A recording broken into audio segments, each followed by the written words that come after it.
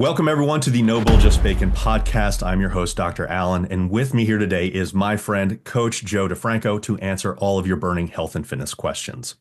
Joe is a personal trainer and gym owner with 30 years of experience in the fitness industry. He has coached professional athletes, Secret Service agents, and everyone in between. Men's Fitness Magazine recognized Joe as one of the top 25 trainers in the world, and his gym was recognized by Men's Health as one of the 10 best in America.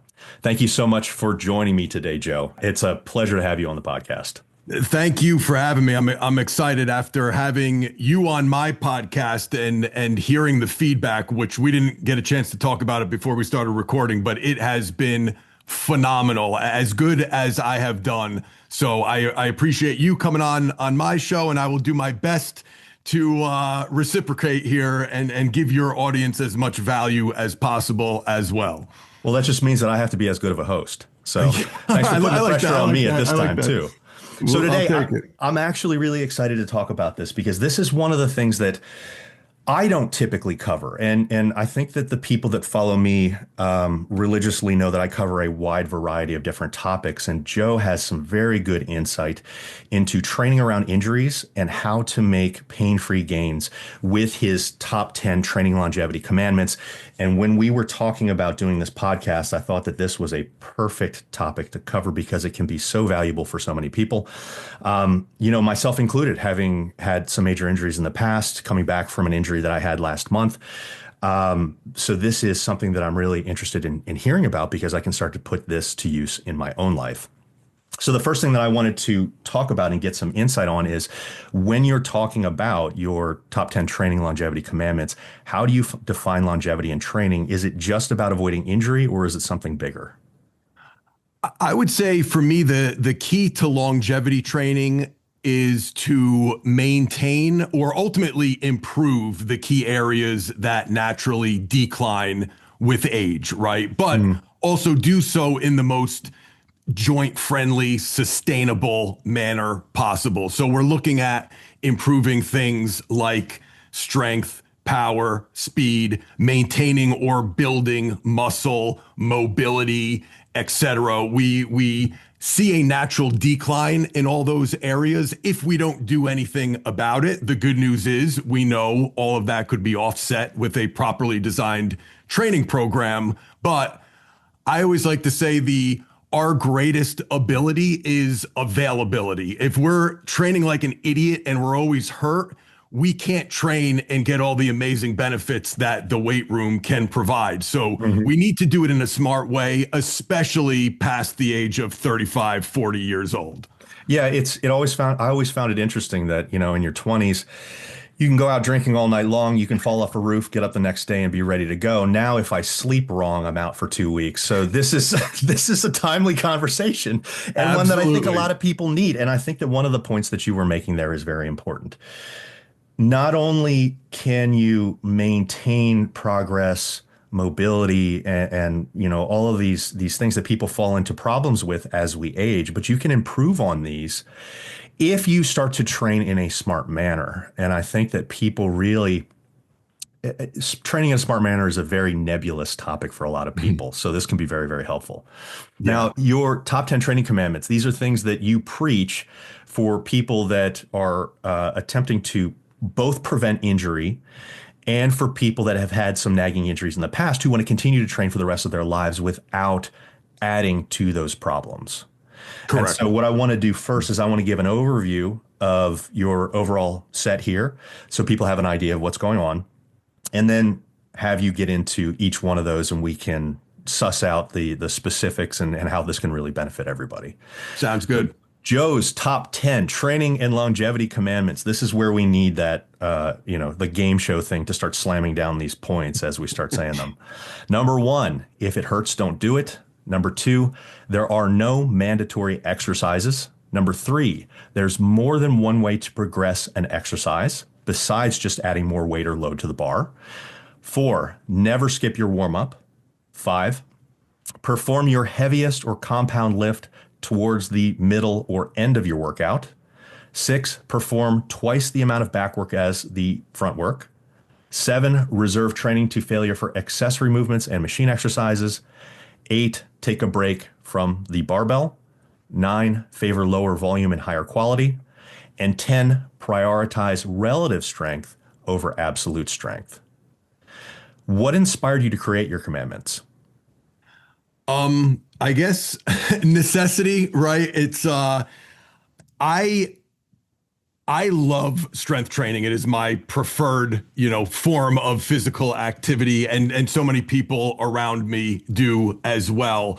And we know all the benefits that strength training can provide, right? Obviously, things like increasing our strength, increasing our muscle mass, improving our mobility if we lift through a full range of motion and we do that properly. And it really can make our day-to-day life and tasks easier, but that all sounds good. I'm a big practical guy and real world experience guy. And what I've found in the real world with people that have been lifting for 10 plus years is we don't always see that. We see strength training making us more rigid, more immobile. It takes away sometimes from the quality of our life. I can't tell you how many jacked people I know, and I'm sure you're here too, where you ask them to help you move a couch or something, and it's like, oh, I trained legs yesterday. I don't want to. This is like asking somebody if you can have some of their food when they're counting macros. They're like, no, dude, this is going to completely throw everything off. I'm training for life, but I can't do it.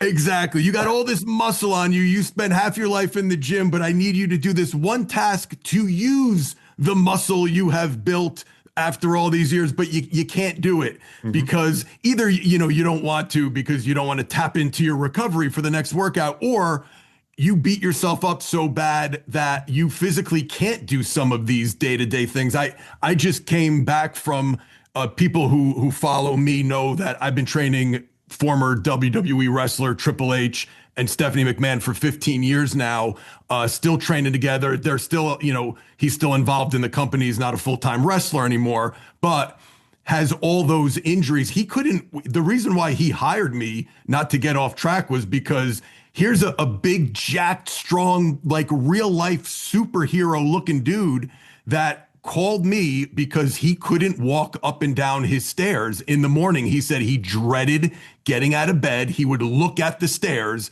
and be like, shit, it took him 10, 15 minutes to walk down the stairs. He ruptured both quad tendons, knee surgeries, ankle surgeries. Like his body was a mess. And then training more like a bodybuilder, high volume, kind of beating his body up more in the weight room to give him that look. It took away from his day-to-day life. So, and that's a bit of an extreme example, but to lesser degrees, that's a lot of my college buddies that played sports and lifted weights hard and heavy and didn't really pay attention to technique or range of motion, a lot of half repping and ego lifting. Strength training has taken away from their daily activities in their life. So that's why you talk about how did I come up with these commandments or this list. It's seeing and living that and saying, I know how beneficial strength training can be, but it's got to be done right. And there's more than one way to do it right. It's not just these 10 commandments, but man, if you follow these, this is a pretty damn good foundation for helping you do this for a lifetime and actually feel as good as you hopefully look. Yeah, one of the things that I really liked about reading these commandments is they played to my personal biases in a lot of ways. And so like, it was really funny when I went on your podcast. It was one of those things where you're like, you're going to be getting into like the science of these things, because if you look at my content online, there's a lot of research-based stuff involved. But I really value the way that you look at things, because I think it's very similar to the way that I do in a lot of ways. Maybe we're on slightly different ends of the spectrum, where we're looking at in the trenches work, we're looking at the stuff that the research says, and we're trying to meld them together in a lot of ways. The research work doesn't necessarily mean you throw anything in the trenches out. It means you can use it and incorporate the things that make a lot of sense. And I think a lot of the commandments that you're putting in here, when you're getting older, and as you're training a lot of people that have either a lot of experience in training or are starting out at older levels makes a lot of sense. And I can say that I agree with, pretty much all of these. And I think that they make a lot of sense. So let's start off with the first one. If it hurts, don't do it. Sounds pretty damn obvious, but lifters ignore this all the time. Why do you think that is? And how do you think you can get people to listen? Yeah, it does this. It sounds so stupid. Like, yeah, of course. Yet Yeah. I always say, go to any commercial gym on a Monday night at 5 o'clock, and how many people have you seen get on the bench? They do their first warm up set, and then they get up and they freaking grab their shoulder and they do the universal like shoulder circle. And If they do a warm up set. Exactly. Yeah, the warm up set is just throw 225 on the bar and get going. Which is we'll get to that as well as far as warm ups. It's another pet peeve of mine. But yeah, we do certain things in the gym and they hurt, and it's just. I don't know if it's habit or ego or probably a little bit of both, where we've just had that mentality of like, oh yeah, straight bar bench, rough on the shoulders. Yeah, after I bench, my shoulders freaking kill me for 3-4 days after, and not in a good way, not in a muscular way, in a joint pain way, but that's what everybody starts their chest workout with. So I do it anyway. So I think Monday. It's Monday. It's Universal Chest Day, so we got to do it. So habit, I think, is one reason, and just the ego also of certain things. And I laugh at this now that I'm older.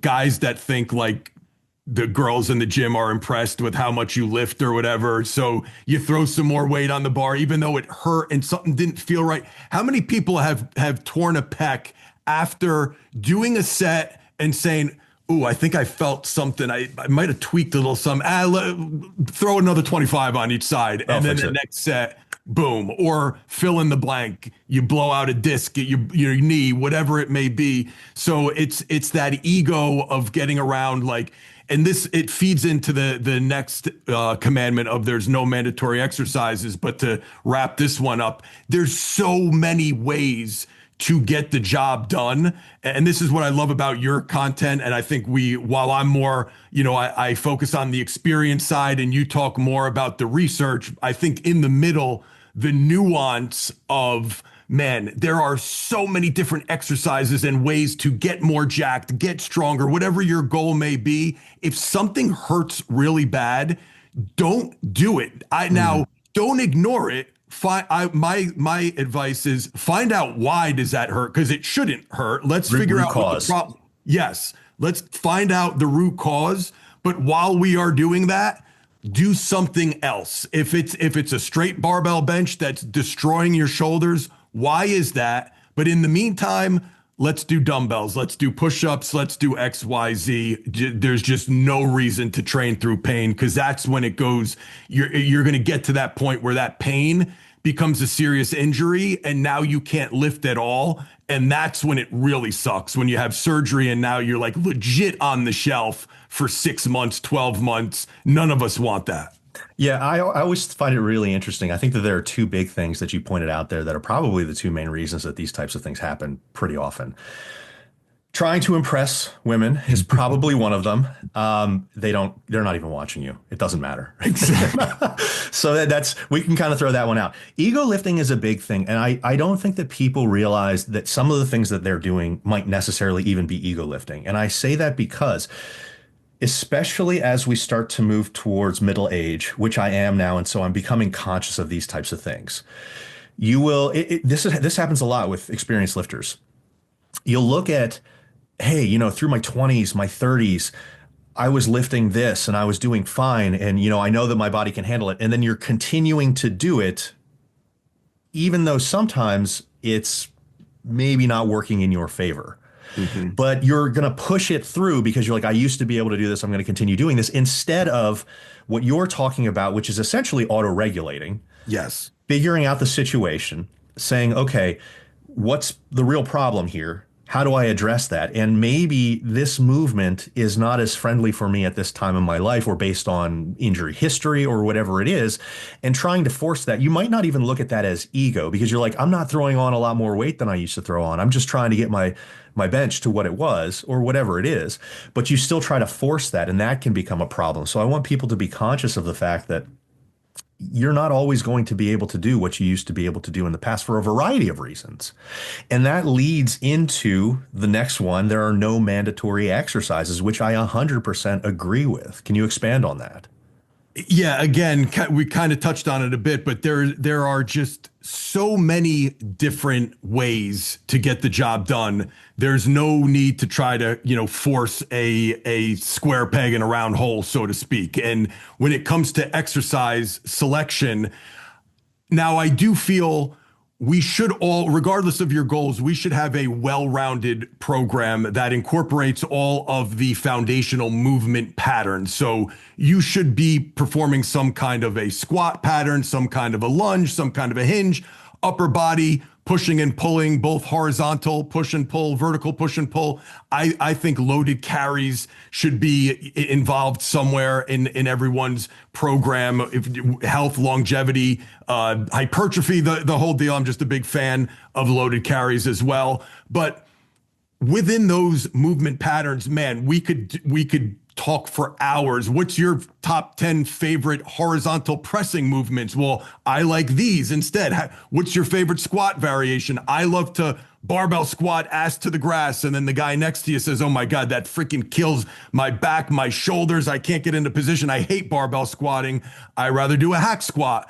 And we could go on. And I think that's the key is you need to incorporate all the foundational movement patterns into your program, but choose the specific exercises for each muscle group and pattern that is best suited for not only your specific goals, but your specific anthropometry, which I don't think we talk about enough, as well as your current level of strength, mobility, and skill even in the weight room. There are certain exercises that are just technically difficult. I trained pro athletes for 16, 17 years predominantly before I started working with General Pop.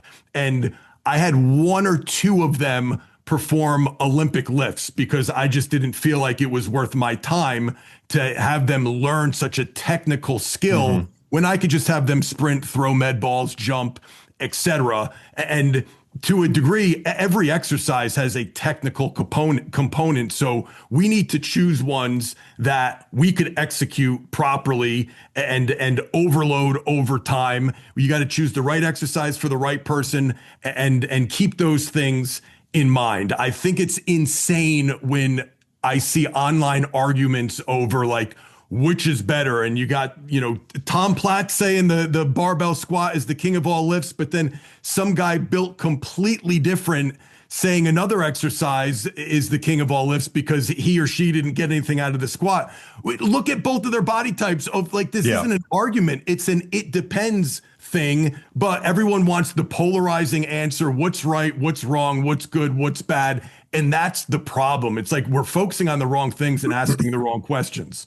It's the idea of the optimal exercise is always really funny to me because this idea of an optimal exercise is always based off of either something nonsensical or something that it doesn't really matter. So it's either, in my experience, based off of, well, you got to squat, bench, and deadlift, but why those? Well, because they're in powerlifting.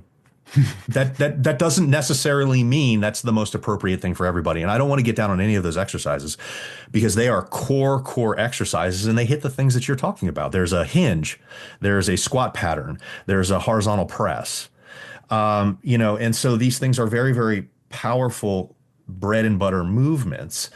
But there's nothing about them that makes them mandatory unless you compete in a sport that requires them. And that's the only time that there is a mandatory exercise. The other thing that we see a lot of times, and this might be something where when I bring this up, you're like, this is why I don't like the research people. This is, and you can say it because I don't like the research people for this reason. They'll look at EMG readings, the electromyography readings, and they'll say this one has a slightly higher EMG peak than this one. That doesn't mean that it's a better exercise. EMG is not a direct proxy for hypertrophy or for strength or for anything. And as an example, one of the things that we could do is if we're saying, okay, well, a higher EMG means a better exercise. Well, you're going to get a higher EMG reading from having somebody do a squat on a BOSU ball than you would having them do a squat on the floor. But no one would say that that's a better exercise for outcomes because it's not. The EMG readings from these things are thrown off by where the nodes are placed on the person, how that electricity passes through, how what stability demands are on a movement, and a higher stability demand is going to spike EMG, and that's why you see this with things like Bosu ball stuff, because you're unbalanced, and but Yep. that doesn't mean that you're creating mechanical tension to the same level as a squat on the ground. And the other thing that you were talking about, essentially, when you say anthropometry, we're talking about levers, we're talking about body proportions, how all those things move and function, and you're dead on. You hear somebody like Tom Platz say, "Hey, this squat, the barbell back squat," or he often said hack squat. These two movements are Mm. basically like all you need, and that's it. Well, put a tall guy with long femurs under a barbell back squat, and it's not going to feel great all the time. Not unless you have Exactly. incredible ankle mobility and you have shallow hip sockets. It's going to be really difficult to get that. And then you put that same person under like a Smith machine squat. I'm trying to pick the one that people would call me a heretic for. Pick a Smith machine squat. And all of a sudden you position your feet a little bit more forward. You're able to push up and back into the bar. It allows you to go a little bit deeper. It doesn't have the same kind of ankle mobility demands, and it feels great. And so, as a person that's a taller lifter, I went through exactly what you were talking about, and I was the stupid person in the example. I always thought I've got to be able to barbell back squat as my main movement all the time. Yep. And I can tell you it did not help progress strength and hypertrophy that much. It made me have nagging injuries all the time. And when I moved away from that, in lieu of Bulgarian split squats, walking lunges, Smith machine squat, hack, leg press, life got a lot better. Yep. And so, we have these people that are pushing these mandatory exercises. And I know that there is fitness Dunning-Kruger. And when you've been lifting for 1 year, people want to make fun of everybody using the Smith machine. And then you start to become more. I was one of them. I was one of them early in my career. This is that everybody, if you continue long enough and you get smart enough, you graduate essentially from that. Yep. And I don't hate on anybody that had thought about that at one point, but bringing this up and saying, "Hey, look, guys, all of these things work really well." And the biggest complaint that people have is, "Hey, maybe this doesn't work in function as well as some of these other ones," but that actually isn't true. And that's because there's two different parts of function. There's the neurological component, which is taught entirely based on the movement that you're doing. So even though a barbell back squat might be similar to another pattern that you might use in real life, it's not going to translate directly because you need to do that pattern that's in real life. But Yep. the other thing that really translate is the morphological benefit, and that is building bigger, stronger, more adept muscles at doing movements. And machines, free weights, they all do them very, very well. So you don't have to worry about that loss. But I loved the fact that you put that up there. The no mandatory exercises, because I think so many people do this. And if you're talking specifically about commandments to be able to lift for the rest of your life that don't beat you up, stop doing the movements that beat you up. Yeah, I think that's like they're all important, but that's the one that comes up the most. Like, I don't think a day goes by where I'm not having this conversation with someone, a client in person, someone who DMs me, because it's just, when we talk about it, it makes so much logical sense. And it's like, oh yeah, of course. But how many people in the gym today, right now, tomorrow, they're just doing these exercises based on what someone else said, what's popular. And also, again, nuance to this. I don't want to lose sight of the fact that when Tom Platt says the barbell squat and the hack squat are the only two exercises you need, or the two very best, for him, he might be right, and he probably is right. But I just he has the smallest femurs.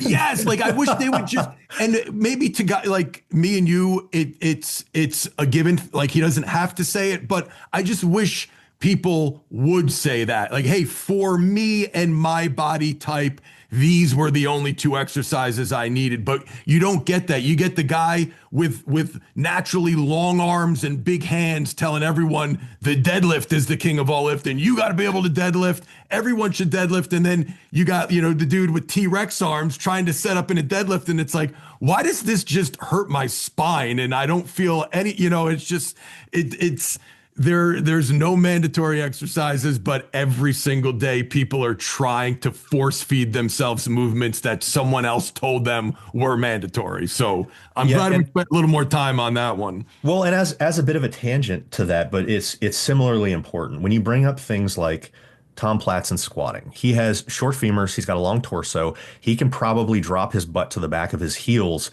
with his back completely vertical. When you're with coaches, for the people that are listening to this, this is a thing that I've seen a lot. There are there are different cues or potential movement patterns for the same lift depending on these levers. I mean, you can agree with me on this, Joe, if you want, but like a deadlift, if you're talking about the guy with the T-Rex arms, his butt's going to be completely up in the air, as high as possible, versus a guy who has longer arms, maybe, the ability to get really down, his butt's much lower to the ground and be able to lift that way. But if you're learning from somebody who has a completely different body proportion from you, and they're teaching you their body proportion movement patterns, it may not be appropriate. And I find that a lot where I get clients from that have been with other coaches, and they're like, they were telling me to do this. This really hurts me, and I'm like, it's because you're 6'6". And so that's not going to work for you. It's so common that people are shocked when again, I won't get off on a tangent, but just to back that up, because it's so important.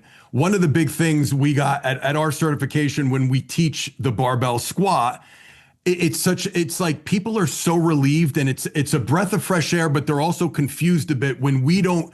Those who have taken other certification courses and then they take ours, they're always shocked that we have principles, certainly, but on something like a barbell squat, we don't have specifics of you have to place your feet shoulder width apart or outside or inside and point your toes out this many degrees. Yeah. It's based on an assessment, again, going back to that word, their anthropometry, their proportions, based on that, what feels right. And then we teach them, I think our biggest value is teaching them how to troubleshoot and look at someone and say, for you, this is probably going to be better. It's not what's better, a high bar squat or a low bar squat, ass to grass or 90 degrees, box squat or free squat. It depends. And that's where this no mandatory exercises things come in. The commandment comes in. I just wish more people thought like that rather than I need to prove that my way of teaching the squat is better than your way of teaching the squat. There's way too much of that on social media and way too little of it depends on these factors. Now go figure out the best squat stance and exercise for you. That doesn't get a lot of views, unfortunately, and clicks and shit. I'm smiling and I'm laughing because when I was on your podcast, there were a whole lot of "it depends" moments. Yeah, we got our first one here on yours. This is another "it depends" moment, but I think that goes to show where you have a coach that has experience, because you said it perfectly earlier. There's not one way to do these things. It really depends, and body proportions, all these different things really come into play. That was a very important point to all of your commandments. And so I think that we've covered that well. Let's move on to the next one. There's more than one way to progress an exercise besides just adding more weight to the bar. What are your favorite non-load progression methods that still build muscle and strength and allow people to function without really destroying themselves? So the first one that the meatheads get mad at me for, but it's just how I feel. And I feel like there is a lot of room for improvement here is technique. Like again, there are more technical exercises than others. You compare a dumbbell curl to a power snatch. They're like two different worlds, but have someone who never lifted before, hand them a pair of dumbbells and tell them to do a dumbbell curl. It's going to look different than mine or yours. So strength training still is skill training. It's a skill. And I think far too many people, especially now, we have more research available to us. So they hear the buzzwords, mechanical tension, progressive overload, and it's so much of a focus on 5 more pounds, 2 more reps, which is great. I'm so happy that people are finally going to the gym with some purpose and tracking progress. That's awesome. But like everything else, we have both ends of the spectrum. The answer usually lies somewhere in the middle. Before we start adding weight, I genuinely like to progress, quote unquote, by coming back the next week, use the same weight, but I want your technique to get a little bit tighter, a little bit better. Let's really perfect it. Let's look at it as a skill, like we're practicing a sport. It's the sport of lifting weights. So that would be number one. It's frustrating for new clients. I understand that as a personal trainer and a coach, there is a business component to this. So you don't want, I'm not like the super nerd trainer with like my clipboard and my collared shirt being like, no, we can't progress yet. You need 2-pound dumbbells and it's got to be perfect, picture perfect. No, it's a nice combination of, I say pristine, not perfect, pristine technique, really, really good. Then let's get into the effort part and the overload part. But we tend to skip over the technique part. It's like, oh, bench press, you lay down, you lower the bar to your chest, and then you press it up. And then we wonder why we all have shoulder problems from benching, because no one taught us to set up properly. No one taught us how to breathe, bar path, elbow positioning. Those little things make a huge difference. So technique is number one for me, progression wise. Then yes, weight would be the most, common one, but we know that. Reps as well, I think, adding more reps. But some other ones that people don't think about as I've gotten older, increasing the range of motion is a big one for me. If I hit a PR in a Bulgarian split squat, how about if I try to do the same weight, but I stand on even just a 10-pound plate or a 25-pound plate, and I try to get my knee to just touch the floor with that same weight. Now that's, whether it's a half inch or an inch plus range of motion with the same weight, if I'm maintaining my form and my spinal position and everything else, that we always go back to that first level of progression, which is the technique. The technique's got to look the same, but I love increasing the range of motion as a level of progression. On not every exercise, again, there's nuance to this, it depends, but there's certain ones that I love range of motion. Speed for some athletes, and I know not everyone has a tendo unit, but I used to really enjoy and talk about great results. That's a whole nother podcast in and of itself, but try to lift the same weight, but faster with more intent, more speed for certain goals. That's a phenomenal way to progress. We could also, you could argue whether this is progression or not, but it is change. And I think it's certainly very helpful. Changing the position of the load, which can work different muscle groups, maybe just make an exercise a little bit more comfortable. So you might say, it's not really progression, but if I could, just as an example, if having a bar on my back really hurts, but I could front load, and I know it's a little tougher to overload a squat with say a goblet squat, but hypothetically, a general pop client who's not squatting 800 pounds, if I could get them more comfortable, maybe with a heavy weight vest, a dumbbell, a chain around their neck. Safety squat bar. A safety squat bar, a cambered bar, buffalo bar, whatever you want to call it. Now it's just more comfortable and they could get in better positions. They could push harder and progressively overload and build more muscle and strength that way. So those are, and I'd also say this depends on the exercise, but I'm thinking of like core and some plank variations, removing a base of support. If you get really good at planks, instead of holding them for 5-10 minutes at a time, or maybe you don't want to just add weight immediately, lift one foot up off the ground, lift a foot and an arm, remove a base of support.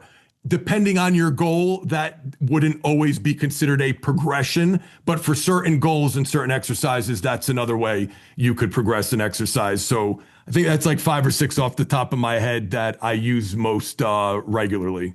I think those are great. And I actually like your idea of focusing on technique and potentially improving that first before necessarily going all balls in on load and everything like that. And I say that because most people have room for improvement in those areas. And if you're trying to go in, I mean, we always talk about in like research and stuff like that, hitting proper intensity, being in that proximity to failure to get the most out of these movements, which is super important. I mean, it's one of the most important things in lifting if you want the adaptations that you're going for. However, if you're reinforcing poor movement patterns, what happens over time? It's going to be more and more difficult to adjust those movement patterns 8 months in than it is in the beginning when you can work on those, get you to the point of acceptability. And I like how you preface that because I'm thinking of some of the physio gurus that are out there and they're like, you can't back squat until you can do a pistol squat. And I'm like, the pistol squat's harder than the back squat. Yeah, That so makes nobody could back. Yeah, nobody could. 99% of people can't squat. But you want what you want. The way that I will typically talk about this with people is I'll say, we want you to have a an appropriate level of form that allows you to progress forward. That doesn't mean perfect because textbook perfect isn't really a thing. It's a wonderful ideal, but it's not really a thing because of a lot of things that you mentioned before, different body proportions and stuff like that. So let's get you to an appropriate level of form first that's comfortable, allows you to do what you want to do, and then we start to progress that. But once you get to that appropriate level of form, then you can progress forward without any glaring issues that form is going to cause. Because what's going to happen if you're reinforcing a bad pattern as you start to really up that load, you're going to potentially cause problems down the road, even if it's not right now. So I think that the idea of technique first is wonderful. And I think that, you brought up bench press. I always love to bring up bench press because I think that is the most deceptively hard lift that there is. I'm not saying that's why I bring it up a lot. I agree. It is the most deceptively hard lift that there is. And it's deceptively hard, not because it's the most technical, because there are certainly much more technical lifts, but the much more technical lifts, people recognize them as being much more technical. The problem with the bench press is everyone thinks it's not technical.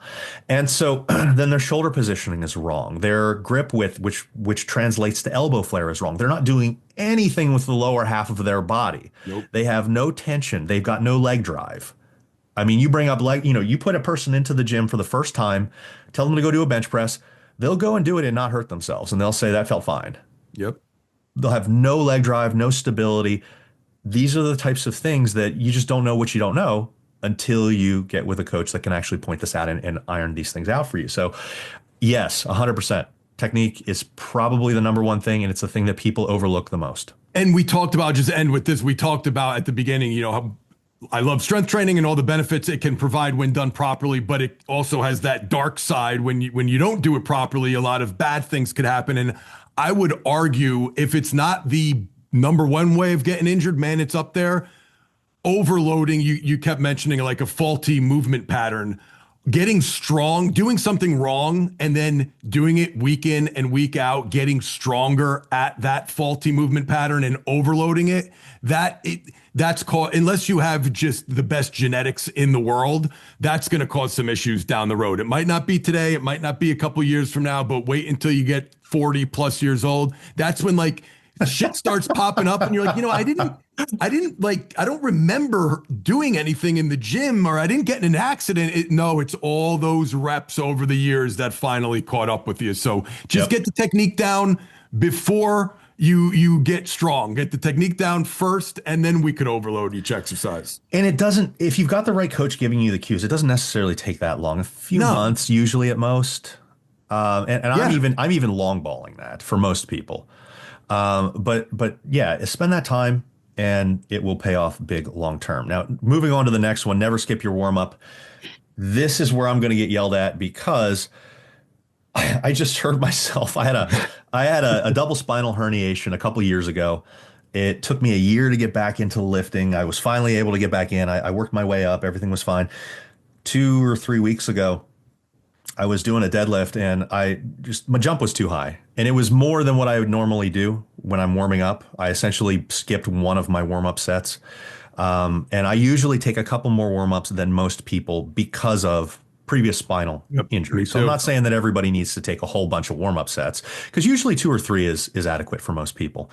I take more just because of injury history, which is fine. And of course, the one time that I didn't do it, pop, and intense pain. Luckily, no neurological symptoms, but please discuss the importance of warm-ups. If there is anything that you talk about as, specific guidelines, if you have any, what do you think about these overall warm-ups and why never skipping it is so important?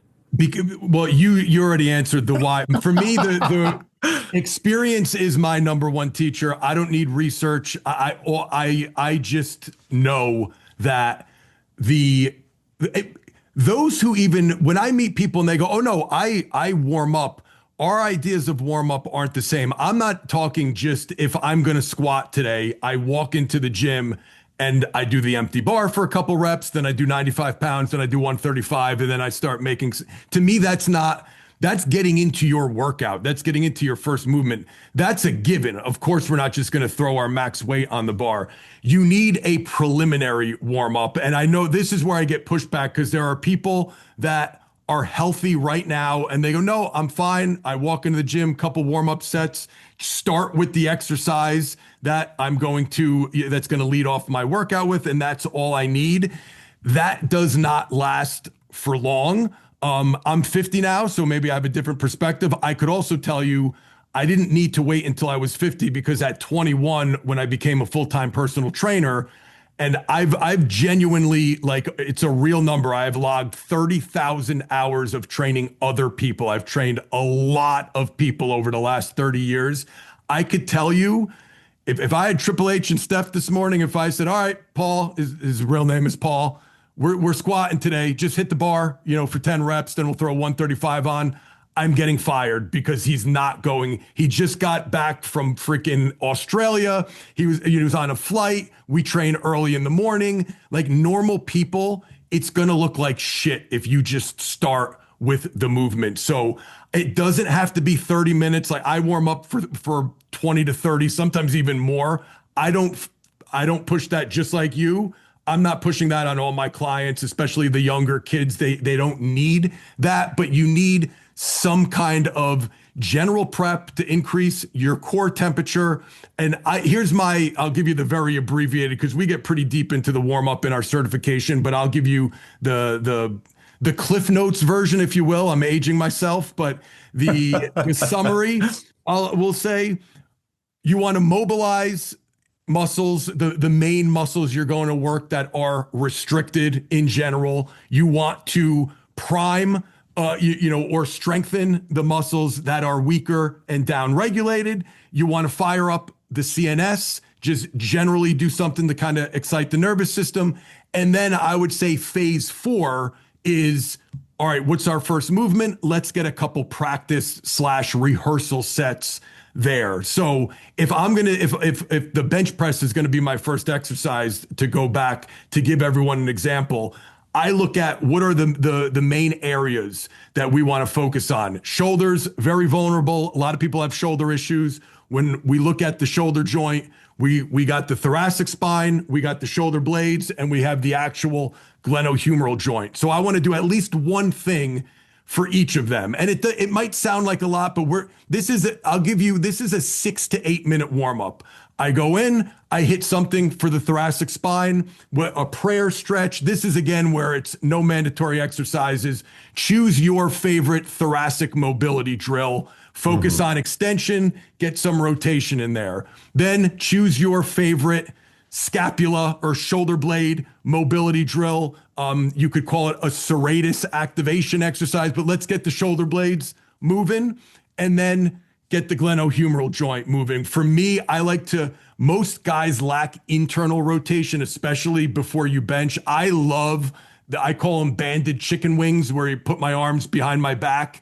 And I have a video on my Instagram, but it's a loaded internal rotation stretch where you also could add you could do a static stretch, or you could add some movement and retract and protract the scapula and get some activation of the upper back as well. But we're hitting all 3 areas: thoracic mobility, scapula, and the glenohumeral joint. Then I like to prime the upper back before I bench. So that's where exercises, something like a face pull, a band pull apart, an iso hold YWT, something to prime those muscles that are generally weaker on most people that are sitting behind a desk staring at their phone or their computer all day.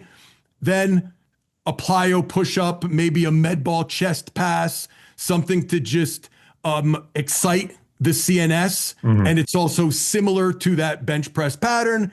then I get on the bench. If this is prepared in my mind ahead of time, because that's a warm up that I actually do. 6 to 8 minutes, I'm on the bench doing my first warm up sets. I have a sweat cracked. My shoulders feel 1,000 times better than they did when I walked in the gym, and I'm less prone to injury. I could lift more weight. Everything just feels better as opposed to warm ups for pussies. I'm just going to start with the empty bar. Then you end up hurting yourself, and down the road you get an injury, and now you're on the shelf for 6 months. That really sucks. I think a lot of people when they hear something like that, I actually do something very similar. I have a whole I've got a list that I give my clients that has like the movements that are okay, choose from these movements for this day, choose from these movements for this day. And just like you said, there's nothing specific about you have to do this movement. It's what movements can work, what we're trying to be able to warm up, essentially. I think what's really lost on a lot of people is when you say it only takes 6, 8, 10 minutes, maybe.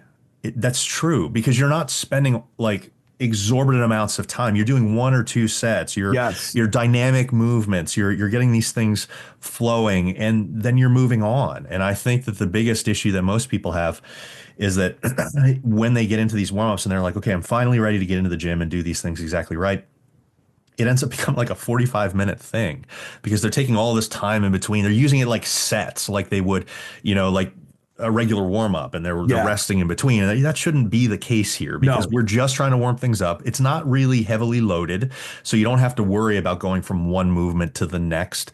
And then you move on with life. And as long as you do that, you're going to be just fine. Exactly. If it's well planned out, like what I just mentioned is all I'm picturing in my head. I have my mini band choked around my rack. The bench is already in there, so that the first stretch is on the bench. I stand up. I do my shoulder blades, some scap punches with the band. Then I put the band around my elbows. Same band. I do those chicken wings. Then I use the bench to do the bench plyo push-ups, and I use the same band to do the face pulls or the band pull-aparts. I'm within this little 3 foot by 3 foot area that whole warm up went down in, and I'm sweating. I feel great. The muscles that need to be primed are primed. The muscles that needed to be mobilized are mobilized, and I'm ready to go. So I think people get scared away. They might hear me rambling off, 5, 6 exercises, and it's like, oh shit, that seems like a lot. When you see it and you do it, it really isn't. It's not as bad as it sounds. No. And that's why I wanted to point out, because I do the same thing, and people will look at that and they'll see like a list and they're like, that's a lot. I don't want to do that. But once you start doing it, it eventually becomes just second nature. Okay, I'm doing this type of workout. I'm going to do this. And you just go through the motions and it becomes super easy. Essentially, what this entire commandment says is do what we say, not what Allan does. And or not what I did the first 28 years of my career. All right, moving on. That was a great one. I think it's very important. Number 5, perform your heaviest/compound lifts towards the middle or end of your workout. What's the reasoning behind this? And do you feel there are any potential trade-offs? So people think there is potential trade-offs. This is another practical experience one where I learned in having a degree in exercise science. You learn the basics of your workout should be designed in a way that the compound movements are done first, the highest CNS stress you do, the main lift first, so to speak, the thing that requires the most amount of focus, muscle being trained. That's why if you're going to, bench squat or deadlift, generally that's your first movement. Then you go on to your accessory stuff. And there's certainly nothing wrong with that. There are certain clients that I train like that. They have a proper warm up before they get into that stuff. But I will say for me and my general pop clients, what I refer to as the washed up meatheads, the guys 35, 40 years old and beyond that are a little bit banged up and not just, they don't just have the goal of being as strong as humanly possible. They want to be strong, jacked, but they want to feel good. I just noticed, and I think anyone could attest to this, when you train long enough, there's so many workouts I go into the workout and I feel like shit. Even after a good warm up, I'm like, man, I'm still kind of dragging ass today. First exercise, not the best. My strength's a little bit down. I feel like shit. But midway through the second exercise, or maybe sometimes it's the third movement, that's when everything clicks. You wake up, you start feeling great. And it's like, damn, I wish I felt like this at the beginning of the workout. But now I'm doing not that it's that, everything, you should have a reason and a purpose for everything you do. You shouldn't have a lot of, junk volume or like throwaway exercises in your program. But for the most part, most people get the main lifts done. The first 2 or 3, that's the bulk of your workout. And then you have the smaller muscle groups, the isolation stuff, the accessory supplemental type lifts. It was just one of those things that, and I know this is nothing new. Bodybuilders have done this, whether you want to call it pre-exhaust, call it whatever the hell you want. I don't care what you call it. I'm not taking credit for it. I just know as I got older, I started feeling better. Like midway through my workout is when I felt the best. So I said, why not start putting the main lift there? So now a lot of my programming, I have my warm up, then I call it the pump and prime circuit, where let's say the bench press is going to be my main lift, whether it's a heavy dumbbell bench or a neutral bar bench press. Instead of doing it first, I might do a circuit of something like, an upper back circuit where I'm doing my face pulls, my band pull aparts, maybe something lighter for chest, a ring push-up where I'm focusing on a deep stretch. I'm pausing in the bottom for a second. I'm not going to failure. I'm leaving a few reps in the tank, but I do 3 rounds of that. Again, just example, say 8 to 10 deep stretch ring push-ups supersetted with a higher rep face pull, 15 to 20 reps. I got a lot of blood in my upper back, but I'm not overly fatigued. I'm up. My CNS is fired up. I got a nice sweat cracked. Now I go into that main lift. In the beginning, I would say it wasn't long. I may have sacrificed, if you want to put a percentage on it, I wouldn't even say 5%. I don't know, 2 to 3% of my strength, maybe, because a little bit of fatigue. But once you get in shape and your kind of general work capacity improves and you get used to training like that, now I lift better. Like I am stronger if I place my main lift towards the middle of the workout as opposed to the beginning, because again, at 50 years old, even with a proper warm up, my first exercise is still kind of an extension of the warm up. That's why I now do these, what I call pump and prime circuits, where I add maybe a little more mobility for areas that are restricted on me. And I just try to get blood in the area I'm going to be training later on. And then I feel good. So the warm up kind of bleeds into the workout instead of a distinct warm up delineation. Okay, warm up's over. Now the workout starts. It's a nice blending of both. And it has just worked wonders for my joint health, my low back, my shoulders, compared to starting with that heaviest movement first. So if you have a premier movement, like let's say squat, bench, dead, any of those just traditional things that would be the first movement in a day, do you intentionally always put one of the prior exercises as something that's going to be complementary to that? And like, so if you're going to be doing a bench, are you going to be activating the pecs specifically? Yes. A prior exercise. I wouldn't say always, but most of the time, yes. It's usually something like for bench, I'm always doing something to prime or get a pump in the upper back. And then I might do some kind of, I like doing a single arm dumbbell press before I do a bilateral heavier barbell bench. I don't do a lot of straight bar benching anymore, but an angled bar, a neutral bar. Yes, it's generally one of the similar to the movement. So for pecs, something to stretch the pecs, get a good stretch without overly kind of stimulate, don't annihilate type of deal. Yeah. And then blood I do a lot of volume for the upper back, but more accessory type movements, things that are easy to recover from. That's why my big 3 are face pulls, band pull aparts.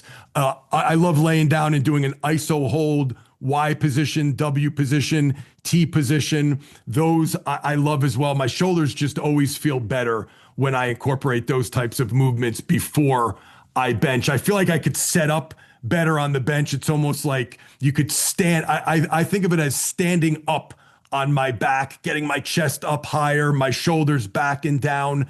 With a little pump in the upper back, I'm able to set up better without it taking away from the actual main movement. Yeah, I mean, this sounds a bit different than like a pre-exhaust because Yes, the pre-exhaust, you're intentionally kind of trashing yourself. So when you go into some of those other movements, that musculature that has been isolated is essentially dead. correct. But you're not doing that. You're actually priming instead of exhausting. That's what I call it. We call it pump and prime. For people, it's just easy to explain. It's kind of like pre-exhaust, but you're not destroying yourself. Right. It's pre-exhaust, but an RPE 6 to 7 as opposed to 11, where you're just done. You're trashed. And Yes. I think that's the really important part in why yours works versus pre-exhausting, just kicking the crap out of yourself and being like, man, I don't know why my bench isn't working really well. Correct. You know? That's going to take away from the way I've been doing it. It has enhanced my strength and the hundreds and hundreds of, if not thousands of people that have done it as well. All right, point six, perform twice as much back work as front work. Is there anything that's specifically inspired this ratio, or are you just going for we need to work on our back specifically for most people? Yeah, and this is the one where some of the science people will bust my balls, where it's like, well, where's the research? And it's not.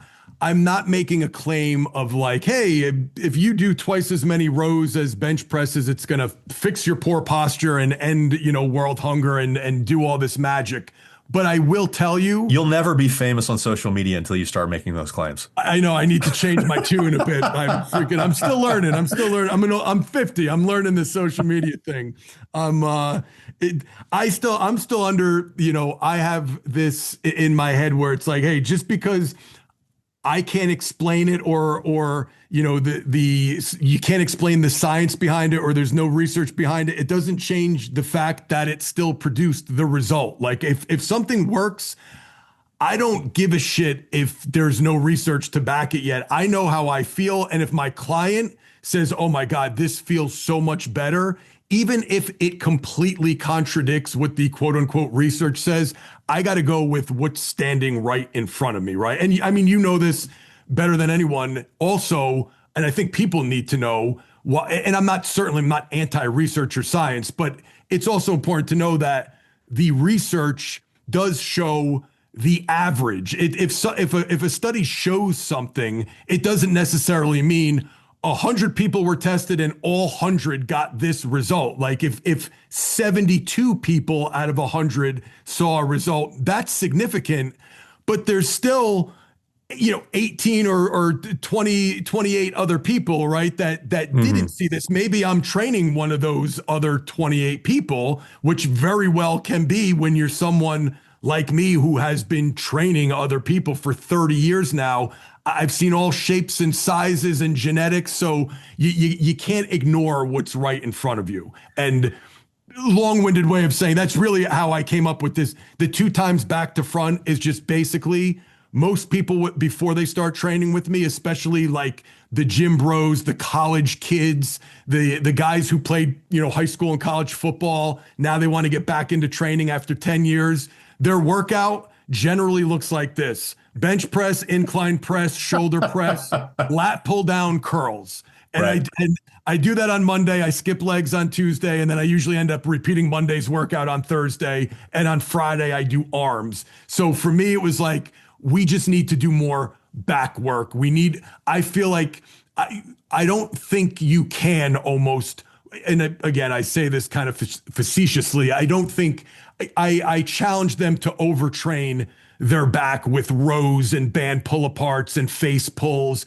It's not going to happen. So let's just do more, because you're sitting looking at a computer all day and your previous training consisted of a whole bunch of front kind of internally rotated work. Let's just get you doing more of the opposite. It's as simple as that. I'm going to tell you, I have looked at this has been a claim for a while by a variety of coaches, the 2-to-1 ratio. At least I've seen it before. And I'm not saying that you're wrong. I've looked into this in research. I have not found research one way or the other. From a practical perspective, I agree with you. And I agree because this is personal bias, personal coaching of people. I found back to be deficient. I agree with you. People will spend a lot of time, even when you get the plyometrics people, they're like, I do a lot of push-ups. Well, okay, how many inverted rows do you do? Exactly. Like Exactly. not that many. People get into lifting doing push-ups. They get into lifting wanting a bigger chest so they can look better at the beach because they want to impress that girl. And so I just think anecdotally people will just naturally do a lot more chest. So adding in more back work probably functionally makes a huge difference as far as outcomes go and is a huge benefit to people. So I don't think that this is necessarily wrong. The only time I actually when people make these types of claims, I always think, okay, well, is there an exception to this rule that we might point out and say, hey, maybe for these people, this doesn't hold true, but maybe for everybody else, this is probably very smart. I think that this is very smart for the large majority of people. The one group that I would say maybe this isn't exactly right for would be CrossFitters. And the only reason that I say that is because they work extensively on pulling movements just over and over and over and over, and they barely work their chest at all.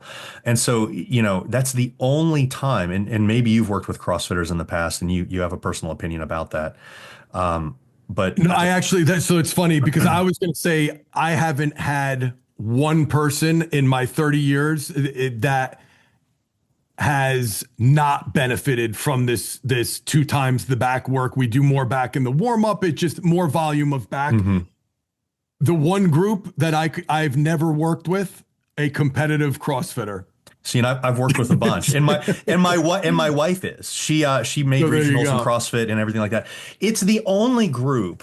So I agree with you, and I'm not trying to like be like combative or anything like that. What I'm saying is I actually do agree with you. There's that one group who extensively works back. Yeah. And so just like with other things, if you're trying to pick up a deficiency, that's the one time that I would consider it. So if anybody's listening and they're a competitive CrossFitter, that might be something to consider. But I think for everybody else, I think Joe is spot on. And I think that this is a really good recommendation because practically it's probably going to give you a lot of the benefits that you're looking for. I will say this again, and I'm glad you did bring that up because there's always exceptions to the rule, and CrossFit probably is that exception. Every single person I've done it with, I could at least say this. Nothing bad has ever come of it. No. That's one thing. Whether you could claim, yeah, anecdotally, pretty much all of them who complained of the my shoulder tweaks here, there, tend to magically disappear with this more back work to front work. But if it's not that, at the very least, I could tell you nothing bad ever came of it. So it's very safe, sound advice for most people. I think it's a very good idea to consider. 100% agree. Number 7, reserve training to failure for accessory movements and machine exercises. I think that this is a great overall recommendation.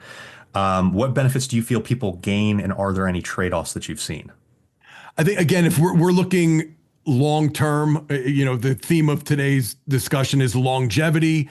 This is, at least I started this kind of as a rule because I wanted to be able to recover enough for the next workout, the next week. So I think a problem with a lot of so-called trainers, they look at each workout in a vacuum. It's just, and that's a whole nother freaking conversation of just, I got a client and my only goal is to kick the shit out of them because I really don't know what I'm doing. So I'm going to disguise my lack of knowledge for just making them really, really tired. So they leave here thinking I'm this badass, great trainer, but really I don't know what the hell I'm doing. I don't know how to progress over time, etc. That's a whole nother conversation. But that is, I think, looking at your training from more of a holistic approach, global approach, whatever you want to call it. It's not just Monday's workout. How does that affect Tuesday's workout? And then how does that affect Thursdays and then next week? So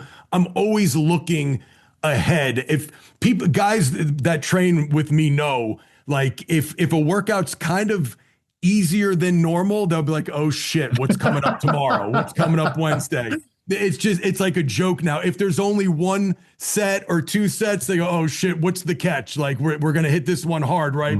So they get it now because there's always I'm always looking at the big picture, so to speak. So that's how this came about, is just if you're in this for the long haul and you're going to failure on every single thing, A, for your average person, it's just going to be hard to recover. B, it's from a safety standpoint, you're more likely to get injured. If you go to failure on a barbell back squat or a barbell bench press, way more dangerous than a machine. You fail on a machine bench, no harm, no foul. You put the weight back, you walk away, no big deal. So that's where it really stemmed from, is a recovery standpoint and a injury prevention standpoint.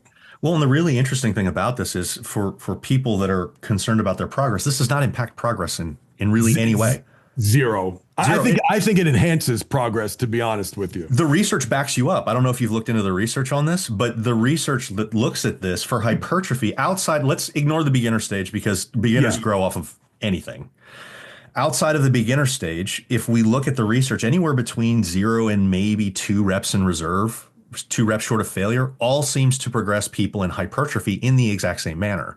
So going to 0, which would be failure, you're not getting any extra benefits, but you are taxing fatigue. Yes. When you're looking at strength progress, contrary to popular belief, this is kind of weird, but it's actually farther away. You can be farther away than you can with hypertrophy and still progress just as well. It's somewhere up to close to 5 reps short of failure, believe it or not. And I know that people will kind of challenge that, but that's what the research currently shows. Now, whether or not that's a very strict rule and exactly right, at least we know being a couple reps away is probably just fine. And so your idea here makes a whole lot of sense, because if you're a coach, like you said, that has an overview and an idea for an entire program, you're balancing the benefits with recovery. Any coach that does not balance the recovery aspects is missing the point. And a lot of coaches don't do that because a lot of clients, until they become more experienced and really understand what's going on, chase soreness as a sign of success. And it's not a sign of success. You can make a person really fucking sore if you want to. I could just tell you to go run a marathon. You'll get really sore. Does that mean punch yourself in the face for the next? Yeah, we can get into cupping and stuff like that now. But these types of chasing soreness is not a sign of an appropriate workout. And in fact, as you become more trained and more experienced, you get less sore. You get the repeated bout effect. You actually take less muscle damage as you become more experienced. So this soreness is not a requirement for progress. And good coaches, like you're pointing out, will realize that balancing recovery is extremely important. And yes, sometimes you're going to take specific sets to failure because you just want to challenge somebody and it's kind of fun to do that. But when you're choosing that, you're doing it for a specific reason. Either it's a movement that there is very little risk to doing it with this movement. I mean, like a bicep curl, there's very little risk for doing it with that. Preacher curl, maybe you do a little bit away from that just because there's a little bit more of an inherent issue there. But you're specifically targeting these in a smart way because you realize this is not going to take away from your progress. It's going to cut down on your recovery needs, which means the next day that you work out, you're going to have a more effective workout and you're going to be less injury prone. Absolutely. I'm sorry to interrupt, but it's just a cool example because I mentioned the Triple H and Stephanie McMahon. We used to train at midnight because their schedule's so crazy. And you could still look up #midnight workout on Instagram and see some clips of us training at their house back in the day when he was still wrestling and we were preparing him for WrestleManias and stuff. And everyone would comment on how great he looked in his late 40s and 50s. And at that time, the last WrestleMania, I mean, we had been training together for 11 or 12 years. And up to that point, it was 12 years I went. 12 years of training 4 days a week together, never missed one rep of an exercise. And it was, I remember I was pissed at myself because I missed I miscalculated. I wanted him to do a 5 rep set with a little left in the tank, and he failed on the 5th rep. It was the only rep I had to help him with. But I just bring that up as like big, strong Jack dude in his late 40s, 50s at the time, training very hard, but really need to pay attention to recovery because he wasn't sleeping a lot. We're training late at night. His travel schedule is insane. And he got jacked, he got strong, trained hard, but we literally missed 1 rep, now a 15-year period. So again, not saying you can't train to failure, on certain exercises, and I know it's one person example, but I just like sharing some real world examples of, while he is famous, he's a real dude with a lot of injuries, and he's older now. So I just like to share that as someone who seen pretty damn good results, trained hard, but wasn't doing forced reps and failure and all this shit. You lift weights you could handle, leave 1 or 2 in the tank on average, and man, that could take you so far, both strength and hypertrophy wise. Yeah, I anecdotally, I agree too. I think that this is absolutely perfect for people to hear, because I think it's very important. People need to hear that type of thing, because they don't think about this type of stuff. And this is not people's fault. This is just, you grow up hearing like no pain, no gain, keep going. If you're not pushing it as hard as you possibly can, you don't want it. But that's not necessarily how your body works. And yeah, so it's all cool social media shit. Hashtag no days off, no pain, no gain. It's all, who's going to carry the boats? Yeah, it's all fantasy bullshit.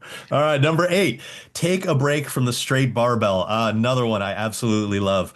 What made you include this commandment, and how does this benefit the lifter?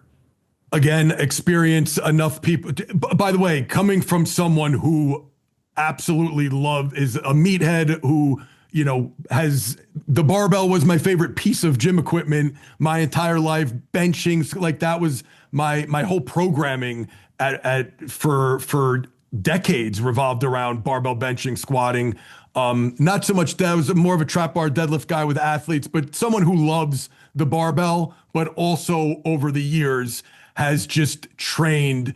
I mean, more people that I could count that would say, can we do something else? The freaking barbell bench kills my shoulders. Is there something my shoulders kill me when we barbell squat? Can I use that other bar? Deadlifting kills my back with the barbell. And you just see so many people, it just get beat up by the straight bar. As great as it is a rigid tool that you have to kind of conform your body around, as opposed to something like a dumbbell. If a pronated position hurts my elbows or my shoulders, I could supinate a little bit. I could externally rotate a bit. I could make the dumbbell go where my body wants to go, not my body has to go where the barbell wants it to go. So that was really it. And I know people love the barbell. So I'm very conscious not to speak in absolutes like most people on social media. I'm not going to say never use the straight bar, because I don't believe that, nor do I follow it. But I do think, generally speaking, most people, especially who have 10 plus years of lifting, should at least take a break from the straight bar, get out of that rut of just like, hey, it's the basic tool. I use it every day. It's great. We all used it to build that foundation, but at a certain point, your joints will thank you if you go from that straight bar squat to the safety bar or the cambered bar, the straight bar bench to a neutral bar, or the Kabuki Cadillac bar. I love trap bar instead of straight bar deadlift. For beginners, have them deadlift with a kettlebell. Like, there's again, going back to no mandatory exercises. This is just kind of, a reminder of that. And when you do it, even for 12 weeks on our Team Forever Strong app, I got some pushback when we did like the first barbell-less program, until the 12 weeks was over and everyone was like, holy shit, I really needed that. Like, I didn't realize all the aches and pains I had that I thought was just what my body was and how it felt. It went away. And then we sprinkled it back in. We didn't take it away forever, but man, that 12 weeks off, again, anecdotally, couple hundred people, but I'm not saying it's the be all end all, but man, it's just like the two times back work to front work. It's one of those things that you'll be hard pressed to find anyone that says they don't feel a little bit better after doing that. I agree. I see this issue a lot with I get a lot of home gym clients. Yeah, me too. And they rely almost exclusively on barbells because they'll, I'll go over the equipment that they have and they'll say, I've got dumbbells, I've got barbells. I'm like, okay, cool. What dumbbells do you have? They're like a 25 and a 30. I'm like, all right. So, so we're going to be doing mostly barbell work because I can't give you like a dumbbell RDL or like, a lot of the variety. And I see it a lot where people are like, I have these nagging injuries. I'm like, well, we're doing, straight barbell curls. We're doing all of these just constant barbell stuff. I got to tell you, I am a massive fan of cables and machines, massive fan. And that doesn't necessarily replace all of barbell work. But if you can have, maybe one or two barbell movements, if you love the barbell, but then have the rest of your program with dumbbells and kettlebells and machines and cables, your joints are going to feel a hell of a lot better. If you have a nagging injury, moving away from that barbell and potentially choosing something that is more joint friendly, at least until you heal up, Yes. is going to keep you from consistently beating yourself down. And people that get into home gym situations become very dogmatic about, I never want to go to a gym, because I just don't want to. I've got a home gym. I think that a lot of times, and I always feel bad bringing this up to people, I think a lot of times you're shooting yourself in the foot because you're removing these options that you have to feel better, to continue to tax the musculature in a more adequate way that you were not able to with the barbell that was causing nagging injuries, that was becoming the limiting factor. And then, there's all these different reasons to move on to this type of thing. But I do think, bands are another thing that you had mentioned before, Yes. are a great option for these types of things. But I think that being essentially married to the barbell does a lot of people a disservice. And there's nothing wrong with the barbell, but there are benefits to other things that you're giving up. Absolutely. Couldn't agree more. It's I think the happy medium, like you said, is for most people, give it a break for about 12 weeks, but then bring it back in, but it doesn't have to be everything. Sprinkle it in for certain exercises. Unless you are a competitive power lifter, again, and you need to compete and practice with the implement, absolutely. But I don't know what your audience is. I don't know what percentage of the people listening right now are high-level competitive power lifters. Probably less than everyone else. Yeah. Yeah. Number 9. And this is one that could be an entire show in and of itself. Yes. This is one that could cause a lot of angry arguments depending on who you're talking to. This one's like politics, basically. This one is like politics, but we're on the same side of the aisle on this one. Pissing 50% of the people off, though, at some point. Right. We're definitely going to, and we can talk a little bit about the research, and I think that it's worth it. But I agree with you. I'm on the same plane as you with this one. Number 9, favor lower volume and higher quality. What's your take on the high volume debate? Yeah, I'm really setting you up here.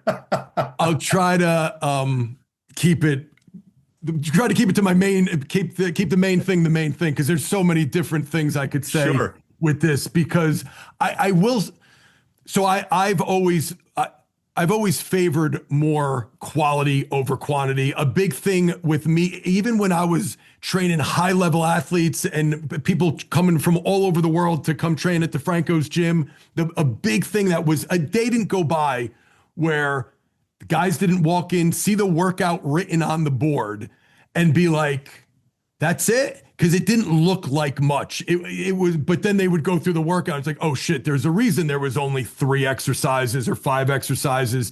They're different, right? It's all exercises were not created equal. I just say that to people who maybe don't know my background. Even when I didn't care about hypertrophy and aesthetics, it was all just athletic performance. I was a quality over quantity guy, because the main thing they were coming to me for was to improve their performance on the field. So I needed them to have enough energy reserve left to still be able to compete in their sport. Now I look at the general pop client, and I think the same way, though. It's just life. People most people listening aren't competitive bodybuilders. They're not physique competitors. They're people like you and me. They're moms, they're dads. They have lives, they have jobs, they have kids, they have stress.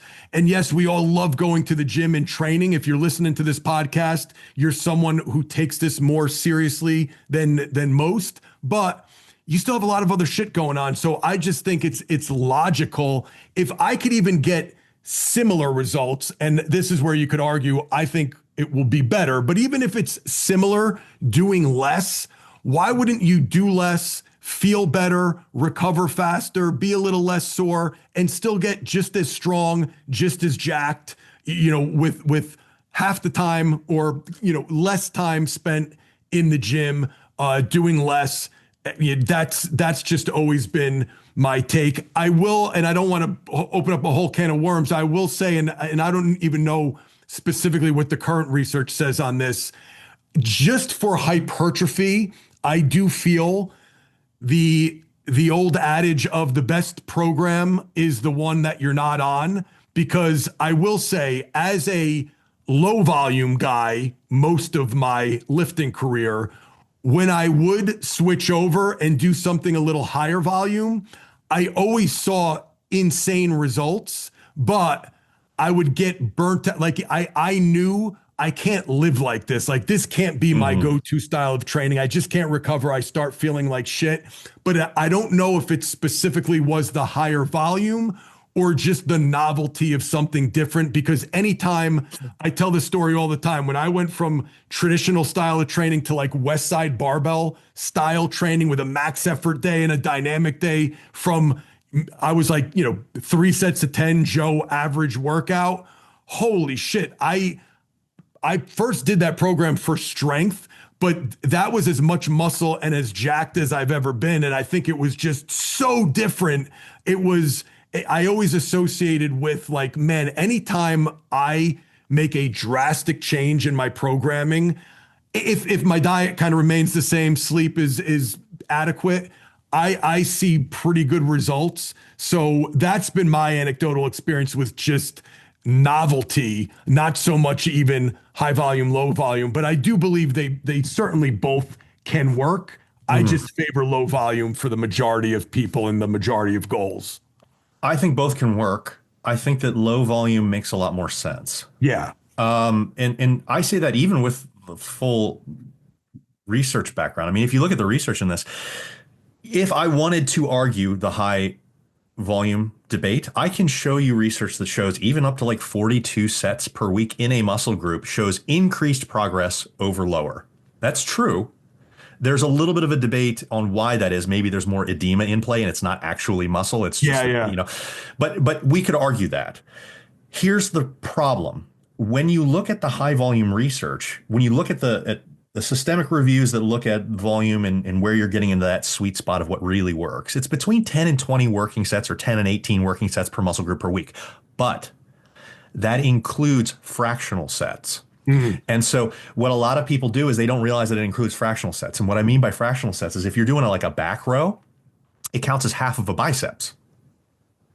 And so instead of understanding that, they're doing 20 extra sets of just biceps and ignoring the fact that they already knocked out 10 with just their back work. And so maybe you could add in a couple, but you don't need to add in as much as they really add in. So my training when I program is very similar to yours in that most of my programming is 4 to 6 exercises in a day, maybe. Me too. That's it.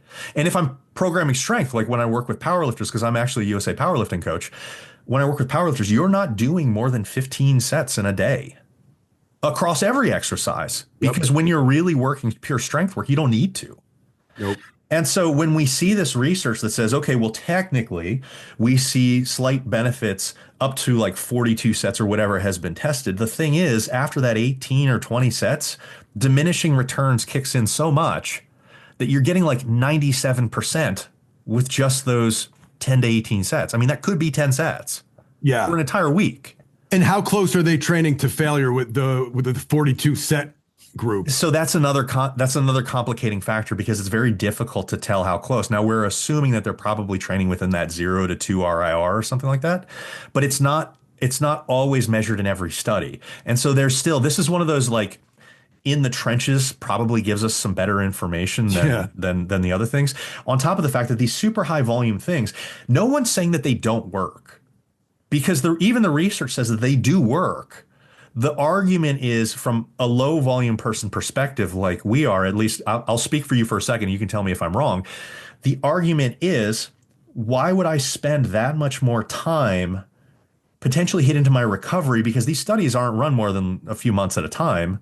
Now, if I'm running 42 sets all the time, I don't have time to do anything else, and I'm going to beat the crap out of myself. So why don't we hit that area, that range where we see huge benefits and no real downsides to recovery, injury, all of these other things, rather than saying, hey, you know, a 1990s magazine said to do like hundreds and hundreds of reps and it worked. Yeah. Yeah, I mean, it can work, but it's probably going to work better if you're on massive amounts of GH, other things to help you recover. The people that were running those programs aren't necessarily the natural lifter. And so there's a lot of things that come into play here, but I think that you're right here in that the lower volume, higher quality, focusing on that, you know, being just short of failure, like you were talking about, you don't have to take things to failure, but being in proximity to failure as a goal and getting better quality reps and not living in the gym is the right move for the large majority of people, including athletes. Yeah, I agree. Right now, I'm actually doing an even lower volume than what would normally be my kind of go-to lower volume, which for it's same thing about 10 to 12, 10 to 14 sets for the main muscle groups. But now, and I don't know, I just calculate volume by basically the number of hard set. For me, a hard set is 0 to 2 RIR, basically. So Yeah. I'm on average just doing 6 weekly sets right now for the main muscle groups, and it's as good as I felt. And a couple of my personal training clients, same thing. They're like, "Holy shit! Like we're pushing hard on those 6 sets, and it's not including. Obviously, we're doing warm up sets to get up to there, Yeah. but 6 hard sets per muscle group. And I'm not saying that's the magic number, but man, I could tell you my results have not dropped at all. If anything, they're better from when I was doing 10. There is research that backs you up there too. There's research that even says slightly lower than that, you can still progress if you're taking things close to failure. And so this is a good discussion, albeit it could be a really long discussion. So we'll move away from this. But it's good to know that, like, you know, I think a lot of people, at least when I've been talking to them, are like, oh my God, I need 2 more sets to hit the numbers. And you're like, but you're well above where it progresses. Yeah. And then maybe the next training cycle, maybe we prioritize that muscle group a little bit more. Maybe we don't prioritize every muscle group every single training cycle. And that's one of the issues that I find people fall into all the time, is that they try to do everything at once. I'm so glad you brought that up, because that's just such another thing that people don't realize. Like what we're talking about, this doesn't have to mean forever. Like it could be one training cycle, one program, 12 weeks, 14 weeks, and then you could prioritize something else. Yes. This should be the whole point of this discussion, longevity. Hopefully we're all doing this for a lifetime. So we don't have to do everything at once in every program, right? We Right. could prioritize different things during different times of the year. Yeah. And if you try to do everything all at once in every program, you're not going to enjoy training. Good luck. Yeah. Why it's not going to end well for you, or it's going to end quicker than you wanted it to end. All right. Number 10, prioritize relative strength over absolute strength. Break this down for me. How does this mindset shift change the way someone trains? So it's almost more about what happens in the kitchen than in the gym. So this doesn't mean I'm anti strong, absolute strength. You still could want to bench more, squat more, deadlift more. That there's as a meathead, I'm all for it. But that was when that's all you care about, the big 3 or choose whatever lifts they may be. That's where I found I did this, and I have so many friends and colleagues even in the industry that you look at pictures from 10, 15, 20 years ago, we're all big and bloated, and it was just all about strength. I want to bench 405. So if I just gain more weight, that'll get me there. So now, not that I still don't love, again, doing those exercises, but I prioritize for my own personal records and things that I keep. I have push-up goals and pull-up goals and more body weight exercises. And that's when I say relative strength, it's how can I improve my chin-ups, my 5 RM in the chin-up, my 5 or 10 RM in a weighted push-up, a ring push-up, dips, different exercises where your body weight matters. That forces me to be a little bit more mindful in the kitchen as an Italian guy who grew up eating. My grandmother, beat me with the wooden spoon if I didn't finish all the pasta and meatballs, and I loved every second of it. Like it's almost one of those things that's more for me to keep me honest in the kitchen, because if I gain shitty weight, that's where a bench press might improve. But I know my chin-up strength is going to go down. My push-up strength is going to go down. My dip strength is going to go down. So if I'm tracking those types of movements, it keeps me more honest in the kitchen. And for longevity, and you want to talk about a whole nother conversation for a whole nother podcast. While I love, big and strong was always the thing I was obsessed with.